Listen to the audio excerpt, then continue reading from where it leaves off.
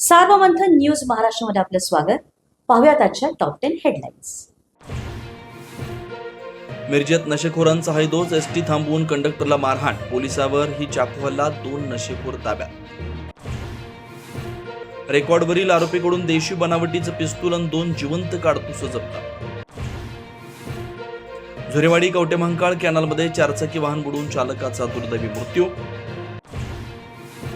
MPSC औषध निरीक्षक पेपरफुटी प्रकरणी 3 अधिकाऱ्यांसह 6 जणांना अटक, भरती प्रक्रिया रद्द, प्रियकरानं प्रेयसीसाठी पेपर फोडल्याची धक्कादायक माहिती समोर. पालकमंत्र्यांच्या अधिकाऱ्यांना लागणार कात्री, जिल्हा विकास निधीवर आमदारांचा 70% तर पालकमंत्र्यांचा 30% नियंत्रण राहणार, तर खासदारांनाही अधिकार द्या, विरोधी खासदारांची मुख्यमंत्र्यांकडे मागणी.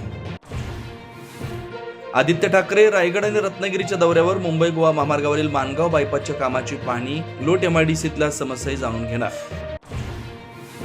लासल गावात अडवलेली कांदा एक्सप्रेस अखेर पोलीस बंदोबस्तात दिल्लीकडे रवाना, गाडीत सडके कांदे असल्याचा आरोप करत प्रहार संघटनेच्या कार्यकर्त्यांनी गाडी अडवलेली होती.